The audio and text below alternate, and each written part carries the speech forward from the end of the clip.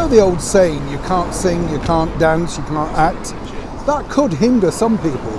But for this lady, she's about to become a Broadway star at the age of over 50. Who are we talking about? Hi, good morning, Neil Sean here in the heart of London. We're on the Mall today. I hope you're all keeping well. Nice big wave to you one and all. Welcome also brand new subscribers. I hope you're enjoying the show. And as ever, let me know what you think to the stories breaking out of London every single day. So today's big story really centres on someone who's been a star now for many years. I won't give too much away right now, but let's say that she's famous for donning a red swimsuit and, more importantly, running in slow motion. Oh, go on. We're talking about the superstar that is Pamela Anderson. Now, Pamela Anderson I met way back when she was launching a certain brand of Coca-Cola for Richard Branson, and she had a movie out, do you remember, called Barbed Wire? I think in fact that was her only big movie.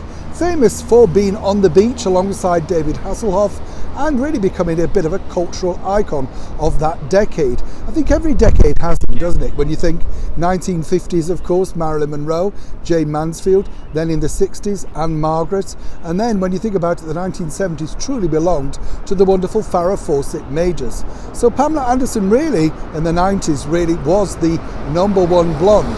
But now she's about to make her Broadway debut, and it's angered many because apparently she can't really sing, can't really dance, and we're not sure if she can act. Well, you've seen Baywatch, right? But she's going to be starring as Roxy Hart on Broadway in Chicago.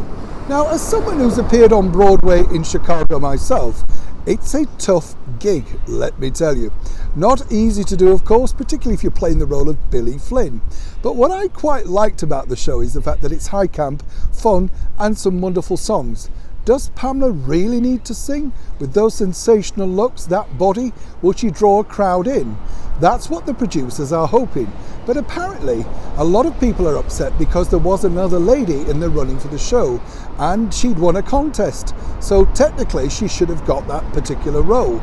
But as we know in the world of theatre, particularly post-pandemic, when you need to make sure that your box office is high, names count. And what they're hoping is that Pamela Anderson's days as a Baywatch babe can make the Broadway box office truly ring.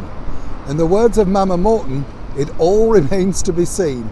Can Pamela bust it out on Broadway, or simply will she become a flop? I wouldn't like to say, but either way, I know it's going to be a spectacular night at the theatre.